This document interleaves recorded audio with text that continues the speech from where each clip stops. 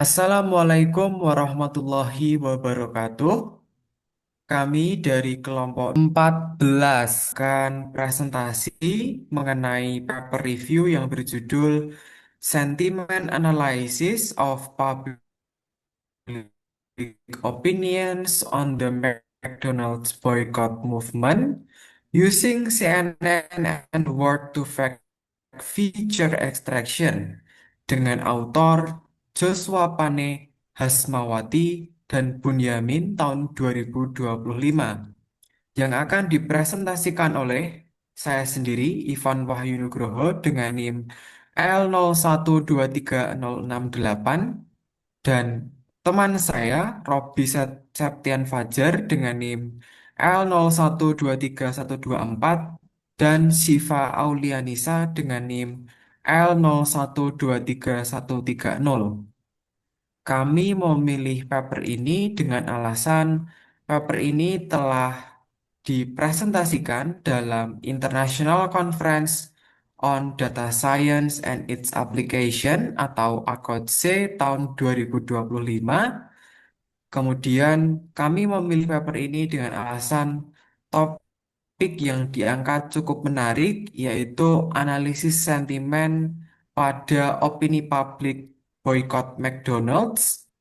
Kemudian karena keterbaruan pada paper ini yang meng-highlight bahwa support vector machine ternyata bisa menghasilkan kinerja yang tidak jauh berbeda dibandingkan dengan model CNN dengan perbandingan komputasi bahwa support vector machine itu jauh lebih efisien dibandingkan dengan CNN.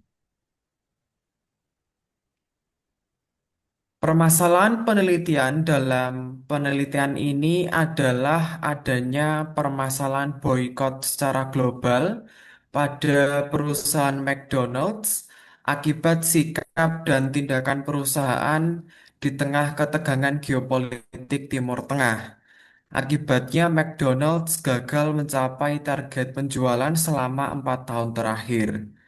Kemudian untuk limitasi penelitian terdahulu, penelitian sebelumnya kebanyakan hanya mengandalkan model tunggal yang dinilai gagal memberikan analisis spesifik dan ditargetkan pada dampak ke masing-masing brand secara individual. Penelitian tentang sentimen analisis tentang McDonald's kebanyakan juga berfokus pada bahasa Inggris. Akibatnya terjadi kekurangan pemahaman mengenai pola sentimen dalam lingkungan bahasa yang berbeda, khususnya dalam menganalisis tren sentimen pada masyarakat Indonesia di platform X atau sebelumnya Twitter. Boleh next? Pada bagian metodologi penelitian ini dimulai dengan mengumpulkan data dari platform X atau Twitter menggunakan kata kunci boycott McDonald's. Dari proses crawling diperoleh 26.631 tweet, kemudian dilakukan pelabelan secara manual. Setelah kelas netral dihapus, tersisa 22.426 data yang digunakan untuk proses klasifikasi. Selanjutnya dilakukan pre-processing untuk membersihkan data.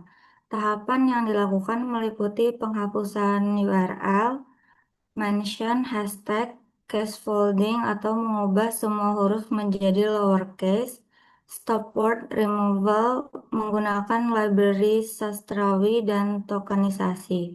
Tujuannya agar data menjadi lebih bersih dan siap diproses oleh model. Setelah itu dilakukan feature extraction menggunakan word to fact dengan dua pendekatan, yaitu CBOW dan skipgram. Word to fact mengubah kata menjadi representasi vektor sehingga hubungan makna antar kata dapat dipahami oleh model. Pada tahap klasifikasi, peneliti membandingkan dua pendekatan yaitu CNN sebagai metode deep learning dan SVM sebagai metode machine learning tradisional. Untuk SVM digunakan tiga jenis kernel yaitu linear, RBF, dan polinomial.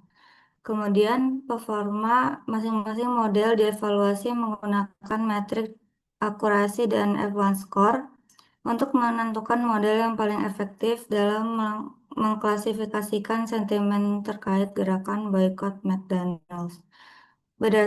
Berdasarkan hasil evaluasi, CNN memperoleh performa terbaik dengan akurasi 94,40% dan F1 score 94,94%.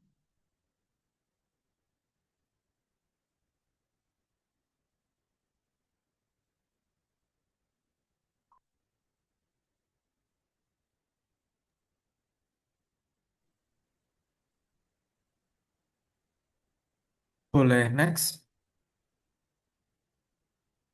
Udah connect belum? Oke. Berikutnya merupakan temuan pada penelitian ini. Jadi karakteristik dan distribusi data input pada penelitian ini yaitu sebanyak 26.631 entry dengan tiga kategori sebelumnya, yaitu positif, netral, dan negatif. Positif di sini maksudnya adalah mendukung boykot global McDonald's. Negatif berarti kontra terhadap boykot McDonald's, dan yang ketiga adalah netral. Nah, sebelum dilakukan sentimen analisis, di sini pelabelan data dilakukan secara manual.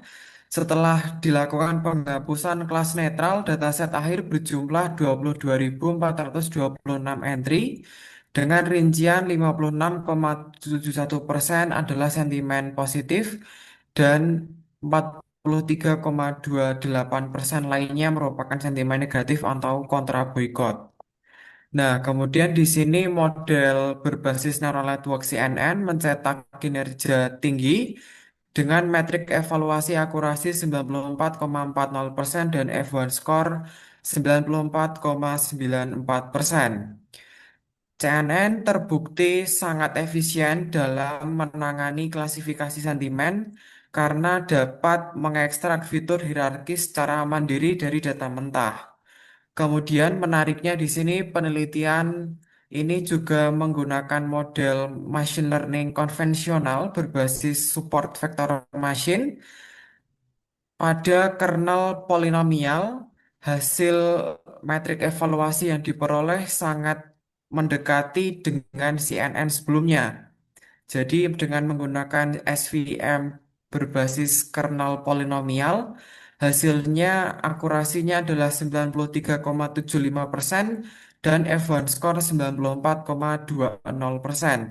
Hal ini menyoroti support vector machine dalam menangani hubungan nonlinear pada data teks.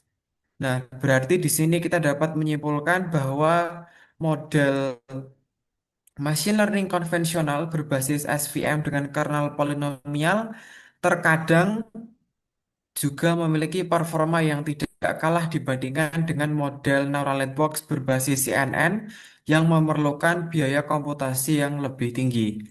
Kemudian kernel SVM lain dengan menggunakan kernel RBF atau Radial Basis Function.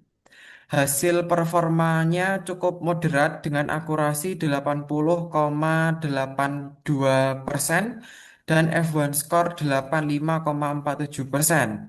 Jika diganti dengan kernel linear, kinerjanya menurun lagi, akurasinya menjadi 76,19% dan F1 score 78,16%. Hal ini menyoroti bahwa data opini publik ini memiliki struktur yang nonlinear dan tidak cukup mudah untuk dimodelkan dengan kernel yang relatif sederhana. Boleh next?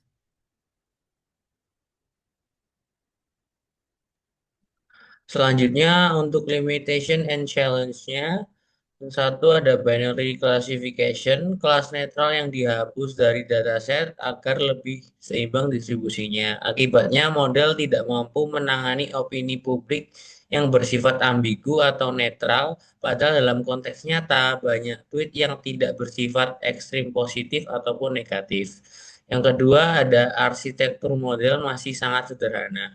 Penelitian ini menggunakan singular model arsitektur meski CNN sudah lebih baik Penelitian ini belum mengeksplorasi model berbasis transformer seperti BERT atau IndoBERT yang berpotensi lebih unggul untuk NLP kontekstual. Yang ketiga, ada potensi bias pada manual labeling. Pelabelan dilakukan secara manual oleh peneliti. Artikel tidak menyebutkan jumlah anotator, uji interanotator agreement, maupun protokol pelabelan yang digunakan sehingga konsistensi dan objektivitas label patut dipertanyakan. Yang keempat, ada tidak menangani sarkasme dan bahasa informal. Di pendahuluan disebutkan bahwa rule-based method kesulitan menangani sarkasme dan bahasa informal, namun penelitian ini tidak mengevaluasi sejauh mana CNN atau SVM yang digunakan juga menghadapi masalah serupa pada tweet berbahasa Indonesia yang informal ataupun slang. Next. Nah, berdasarkan hasil penelitian dan beberapa keterbatasan yang ditemukan, terdapat beberapa peluang pengembangan untuk penelitian selanjutnya. Yang pertama, memasukkan kembali kelas netral sehingga klasifikasi tidak hanya positif dan negatif, tetapi menjadi multi-class classification. Yang kedua, mengeksplorasi model berbasis transformer seperti BERT atau IndoBERT serta attention mechanism. Model-model tersebut umumnya mampu memahami konteks kalimat lebih baik dibanding CNN atau SVM. Yang ketiga, menambahkan fitur demografis atau kontekstual. Misalnya lokasi pengguna, waktu posting, atau karakteristik pengguna. Yang terakhir, melakukan pengujian pada platform media sosial selain X seperti Instagram, Facebook, atau TikTok, agar hasil penelitian lebih general dan tidak terbatas pada satu platform saja. Sekian dari kelompok kami mengenai jurnal Sentiment Analysis of Public Opinions on the McDonald's Boycott Movement using CNN and Word to Fact Feature Extraction dengan autor Joshua Pane, Hasmawati, dan Bunyamin pada tahun 2025. Kurang lebihnya mohon maaf. Wassalamualaikum warahmatullahi wabarakatuh.